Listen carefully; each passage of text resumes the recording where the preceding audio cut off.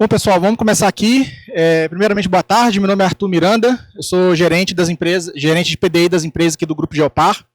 Hoje eu vou falar para vocês um pouquinho sobre alguns novos equipamentos de sondagem que nós estamos desenvolvendo.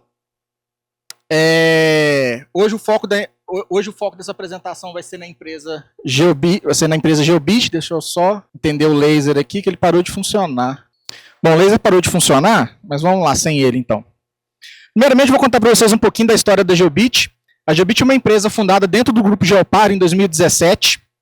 Essa empresa hoje ela lidera a indústria nacional de equipamentos para exploração mineral, garantindo alto desempenho, segurança e eficiência dos nossos processos. A empresa tem uma equipe de engenharia dedicada, com uma grande experiência de inovação já desde os anos da Geosol. E ela tem uma ligação muito grande com universidades. Vários mestrados já foram desenvolvidos internamente e é uma empresa pioneira em vários aspectos, inclusive com tratamento térmico de condução eletromagnética das hastes que nós temos aqui no Brasil. Ela é reconhecida principalmente como a produtora... agora voltou. Obrigado. Ela é reconhecida como a principal produtora de ferramentas de perfuração no Brasil. Tá? Mas hoje eu não vou estar falando aqui nem dos diamantados, nem das hastes nossas, eu vou estar falando de equipamentos de sondagem. Os nossos valores, o primeiro deles, respeito à vida, o segundo é a sustentabilidade e responsabilidade socioambiental, o terceiro, desenvolvimento do capital humano, o quarto, a produtividade focada em resultados, o sexto, o histórico da nossa marca e a solidez da empresa, e o sétimo, a confiança e transparência em todas as interações. Então, muitos de vocês já devem ter ouvido falar um pouquinho de eletrificação. Hoje em dia, os carros eletrificados, que sejam híbridos, que sejam completamente eletrificados, é um assunto que está bastante na mídia aí. E aí eu quero trazer alguns números para vocês, para a gente poder falar um pouquinho de um dos nossos equipamentos. 1 litro de diesel, ele possui em média aí 10 kWh de energia, né, dependendo ali de como o motor vai queimar esse diesel. Só que quando você queima 1 litro de diesel, você está emitindo na atmosfera 3,2 kg de dióxido de carbono, que é um dos gases de efeito estufa. Aqui vamos simplificar os gases de efeito estufa só como dióxido de carbono nessa apresentação. E o Brasil está numa posição muito estratégica, onde a geração de energia elétrica, a nossa matriz ela é muito limpa, que a gente possui uma grande quantidade de hidrelétricas. E numa hidrelétrica, para você gerar 1 kWh de energia, você vai ter uma média ali de emissão de 20 gramas de dióxido de carbono, variando de 4 a 36. Isso significa que, quando você queima 1 kWh em diesel, de dióxido de carbono, na média ali, emitindo apenas 20 gramas. Ou seja, quando a gente considera a queima de um motor diesel em campo, comparado com o equipamento eletrificado, a gente tem aí cerca de 16 vezes menos emissão de dióxido de carbono naquela região. Eu e o Marciano, nós tivemos uma ideia de desenvolver um equipamento eletrificado. Nós fizemos um brainstorm para discutir se seria possível ou não, quais seriam os desafios, quais seriam os problemas, o que a gente precisaria evoluir um equipamento de sondagem convencional, que a Geosol utilizava, para poder ter um equipamento sem emissão de dióxido de carbono, sem emissão de gás de efeito estufa. Isso começou um pouquinho antes da pandemia, aí a gente foi evoluindo o nosso projeto, né? Até em 2022 a gente conseguiu entrar na FINEP com esse projeto, conseguimos o fomento federal e o equipamento já está em fabricação, ele está quase pronto já na nossa fábrica lá em Minas Gerais, em Lagoa Santa.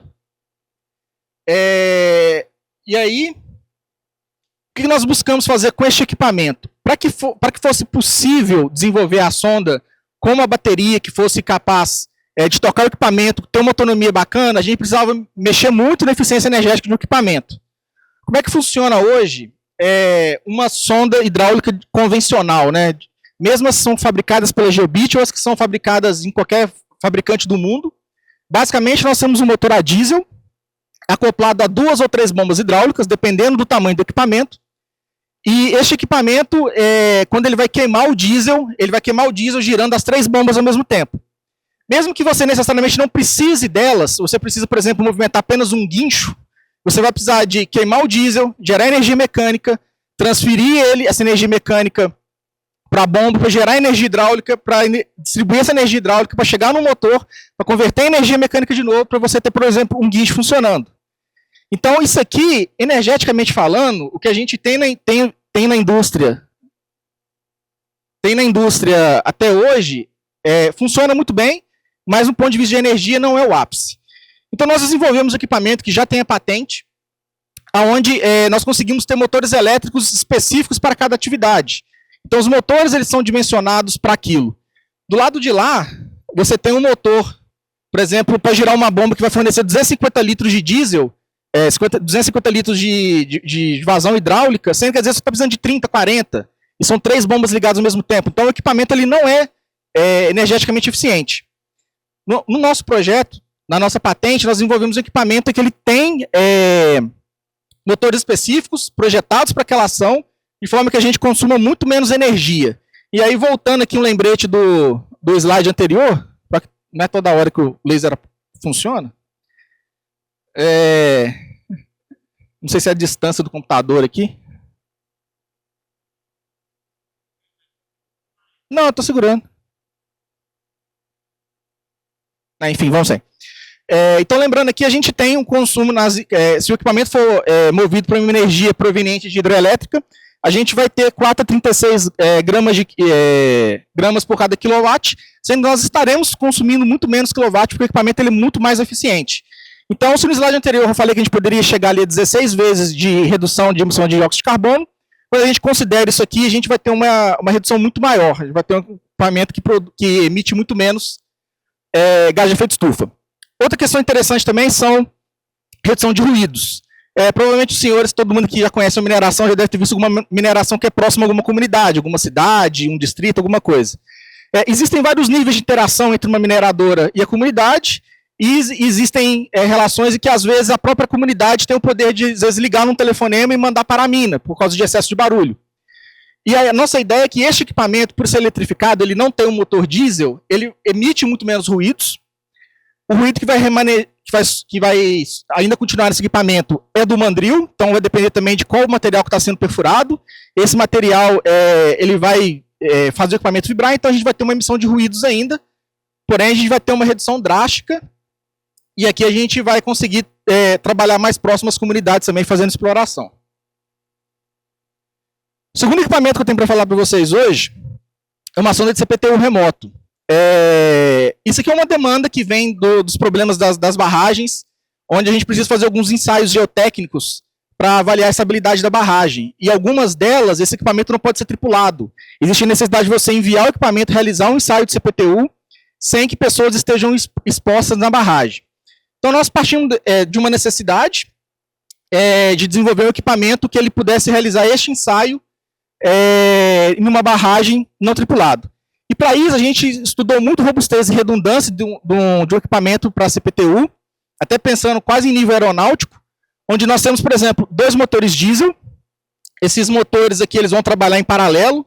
Então, na ocorrência de alguma coisa com o motor diesel que ele precisa ser desligado, a gente tem um segundo motor que a gente pode ou continuar o serviço, terminar o serviço, ou realizar a extração desse equipamento até uma área onde ele possa sofrer uma manutenção. E aí, além dos 2 motores diesel, nós vamos ter 2 bombas hidráulicas acopladas a esses motores, de forma que a gente possa ter um ou outro funcionando.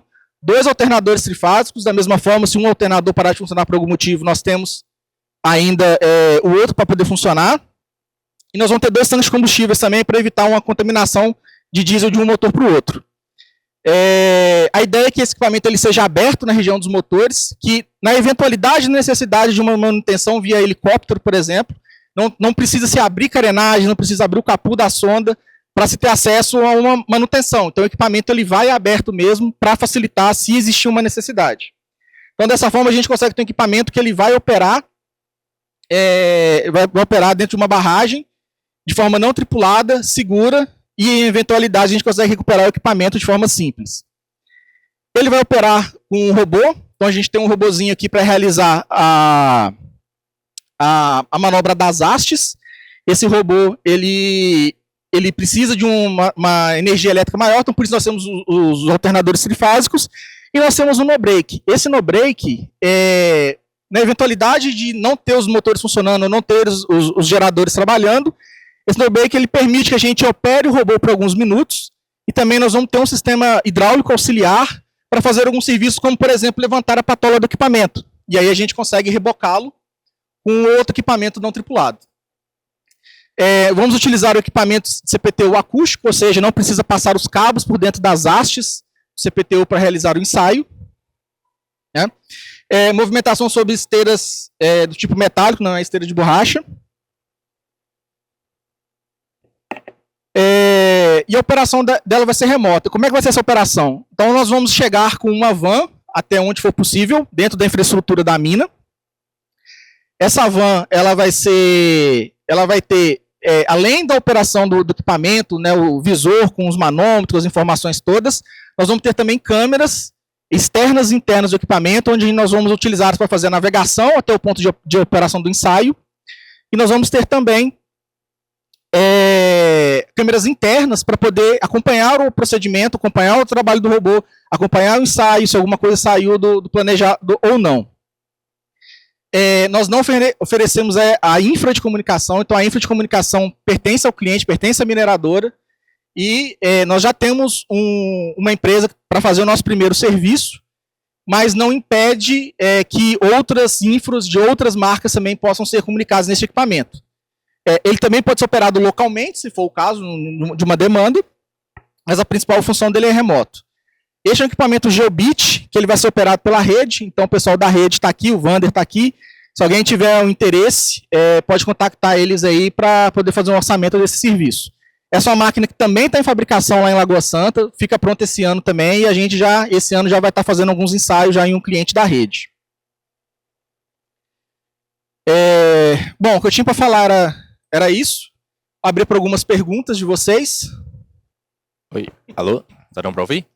Fala um pouquinho mais alto. Tá dando para ouvir? Eu vou falar aqui, porque senão o pessoal não escuta. Não, fala aí, mas eu não tenho fone. Aí eu tenho... Tá, eu vou acabar fazendo a pergunta chata. Você já tem um estudo, por exemplo, de quanto que esse equipamento vai custar, mais ou menos, na ordem de grandeza, em comparação com alternativas de mercado? Em ordem de grandeza? Sim.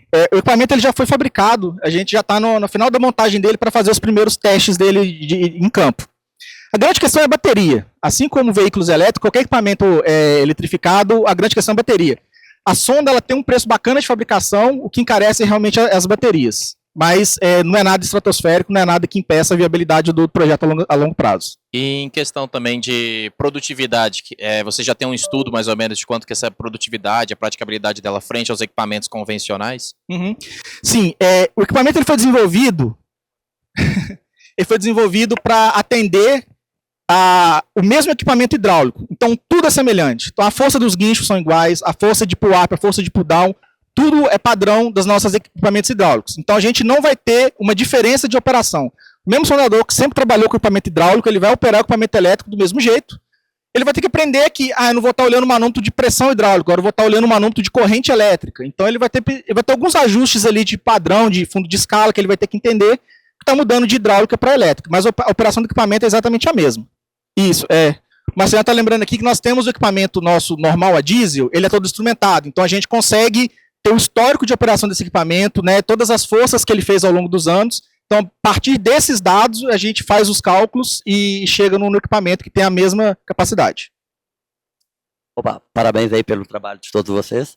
A energia que vai alimentar a sonda, ela vai ser gerada na própria praça?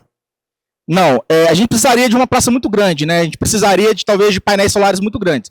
A grande questão a gente precisa de ter um cliente onde ele tem uma estrutura que seja um galpão de manutenção, alguma coisa assim, e lá nós vamos ter uma estação de recarga. Em vez de ter um comboio que seja a diesel, trafegando diesel, ele vai estar trafegando uma bateria. E aí o equipamento vai ter uma bateria on-board e uma bateria off-board.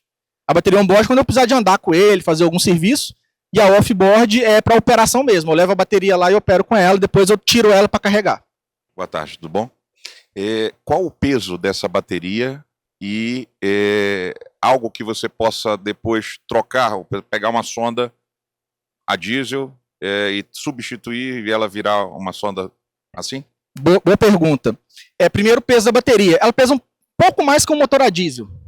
Então, se você está tirando um motor de pouco mais de 600 quilos para colocar uma bateria de pouco mais de 700 quilos no lugar. Então, até não muda tanto nem na estrutura do equipamento. E essa substituição, ela é possível efetivamente? Eu posso pegar uma máquina que é diesel e transformar ela numa elétrica? Então, o que acontece? Se você pegar uma sonda de subterrânea, por exemplo, né, existem alguns modelos de mercado que ele possui um motor elétrico enorme que toca um conjunto de bombas para fazer a operação. Esse tipo de serviço vai exigir uma bateria muito maior. Porque se qualquer coisa que eu precisar, eu vou ter que rodar esse motor inteiro para movimentar todas as bombas para eu fazer algum serviço. Então, eu estou jogando energia fora. Não seria viável. Então não seria viável. Para rodar com bateria não seria viável. Tudo que era motor hidráulico, tudo que era rotativo, hoje é um motor elétrico. A gente tem um pequeno sistema hidráulico só para os cilindros. Os cilindros continuam. Então, como a gente troca tudo por motores elétricos pequenos e vários motores elétricos pequenos, a gente tem uma eficiência energética muito maior. As aplicações, quais sondas vai ser possível você fazer isso? Não entendi a pergunta. Quais as aplicações de sonda? Rotativa diamantada.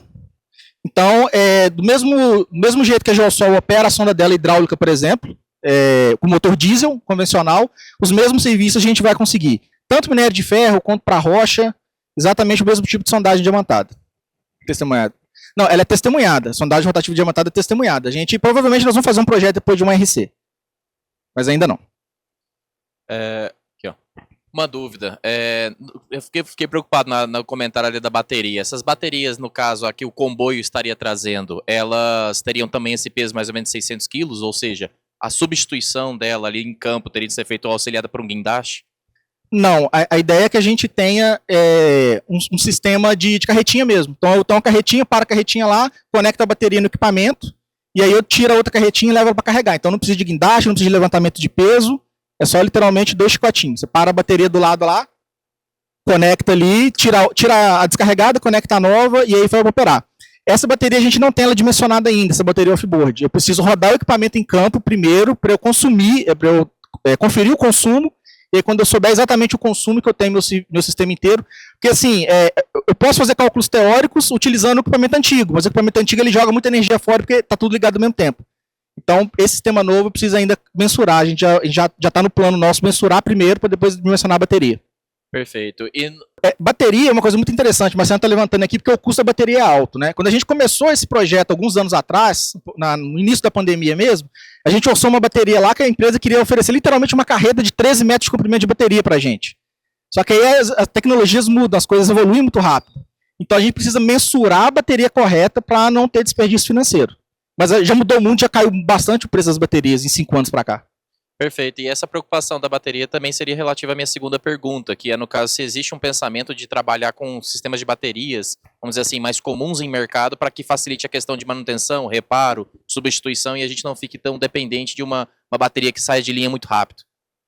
Isso é uma coisa interessante, porque como o projeto é nosso, a gente pode acompanhar a evolução das baterias. Eu não preciso ficar só na bateria de lítio, por exemplo. Não, daqui a pouco vai surgir uma bateria aí, usando grafeno, alguma coisa do tipo aí, você pega uma bateria nova e substitui por uma bateria. Então daqui 10 anos a gente vai ter a mesma sonda, só que o tipo de bateria já não vai ser mais o mesmo. Né? A tendência é essas baterias irem diminuindo com o tempo. E a gente pode estar sempre evoluindo. Não, perfeito, obrigado. Vamos uma pergunta em espanhol agora. ¿Você a clasificação da máquina é 100% elétrica ou você a classificação pode ser híbrido? Como você classifica a sua máquina? Essa primeira máquina ela é elétrica. 100% elétrica. A ideia é que nós vamos adquirir conhecimento para no futuro a gente pode ter um equipamento híbrido, que a gente coloca um motorzinho pequenininho ali para ficar sempre gerando para ter uma bateria. Esse motor poderia ser até álcool no futuro, por exemplo, que é um combustível mais limpo, né? A respeito do CPTU autônomo ali, eu não vi ali, não sei se aquilo é um projeto já, mas é um desenho esquemático. Não vi sistema de ancoragem. Então, muito boa essa pergunta. Para ele ser um equipamento padrão, que geralmente é de 20 toneladas, ele teria que pesar mais do que 20 toneladas. É isso mesmo que vocês estão pensando? Não. Só uma correção, o equipamento ele não é autônomo, a operação dele é remota. Né? Não é que você manda ele para lá e ele vai fazer o serviço todo sozinho. A gente tem um operador que ele fica à distância realizando a operação. Okay? Sobre a pergunta da ancoragem do peso, a gente acredita que não, para barragem, a gente não precisa fazer mais do que 7 toneladas de força para baixo. Então a gente está fazendo equipamento de 7 toneladas, ele é bem menor do que o equipamento de 20 toneladas, porque às vezes a berma da barragem vai ser muito estreita, então não dá para ter um equipamento muito grande. Às vezes a curva no ombro da barragem vai ser muito fechada, então não dá para ter um equipamento muito grande e tentar fazer essa curva em um lugar muito fechado. Então, como os estudos prévios que a gente tem não precisa de mais de 7 toneladas, a gente está fazendo um equipamento que ele vai ter um pouco mais de 7 toneladas de peso com predisposição para lastro. E aí ele não vai ser ancorado também, porque se a gente ancorar ele, pode ser que aconteça algum problema para desancorar e dificulta a remoção do equipamento. E aí a ideia é evitar que tenha alguém lá pendurado no helicóptero para poder realizar esse tipo de serviço. Então é o próprio peso dele mesmo, 7 toneladas com predisposição para lastro. Ô Arthur, acho que é importante... Vou falar um pouquinho mais alto.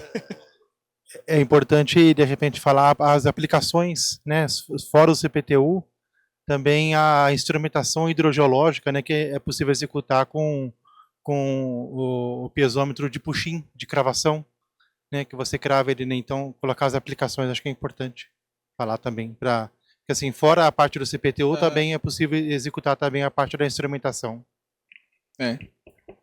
Então, o Carlos complementou muito bem aí também, a gente tem expectativa também de realizar esse outro serviço além do ensaio do CPTU. Una duda con la parte del robot. La polución, ¿cómo va a hacer con la polución que tiene la producción misma da robot?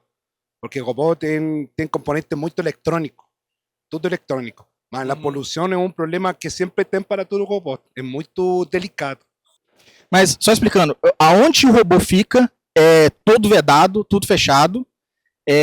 A parte só onde estão os motores, naquela região ali ela é aberta.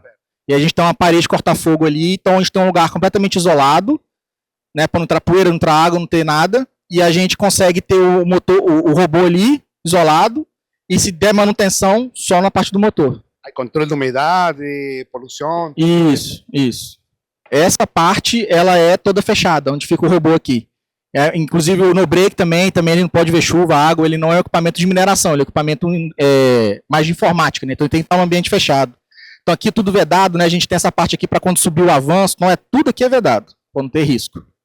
Deixa uma perguntinha, faltam 3 minutos aqui no meu relógio para estourar o nosso tempo. Porque na minha pergunta eu tinha falado que ele seria operado remotamente, autônomo, né? E você falou que ele vai ser operado remotamente. Operado remotamente. Explica essa diferença para mim melhor, não estou percebendo. Não, é porque o autônomo dá a sensação que você só fala para ele, ó, você vai nessa posição geográfica aqui realizar um ensaio de 80 metros, por exemplo. Não é isso. Eu tenho que ter um cara, ele vai estar comandando o equipamento, indo, fazendo todo o trajeto, até a posição, ele vai achar a posição lá, e ele vai dar o comando para o robô, me dá uma acha, aí realiza o avanço. Confere o teste do CPTU, faz de novo, não, chegou na profundidade da pressão. Faz o comando, então vamos realizar a pressão. Então todos esses passos tem que ter um operador falando, agora vamos fazer isso, vamos fazer aquilo, controlando a força de avanço, alguma coisa deu errado, volta, faz de novo. Então operado remotamente é porque tem um operador que ele está vendo e está executando função a função. O remoto seria, você manda lá e ele realiza o ensaio autonomamente. Nem sei se a palavra existe. Entendi. Porque eu estava vendo esse equipamento como se fosse uma solução que já foi encontrada no mercado e que tinha uma solução que era autônoma. Então, assim, ainda não é nesse nível, né? Tem que chegar lá ainda, né? Tá num nível ainda assim de economizar mão de obra, vamos dizer, com um operador, em vez de 2 ou 3, você faz a operação. Então ainda tem um caminhozinho para seguir ainda. A gente está eliminando o risco e está eliminando o ajudante, né? Que agora eu não preciso mais ter o ajudante, eu só tenho o sondador mesmo, o operador da máquina. Isso, entendi. Tá legal. Mas parabéns, o negócio está bem evoluído. Obrigado.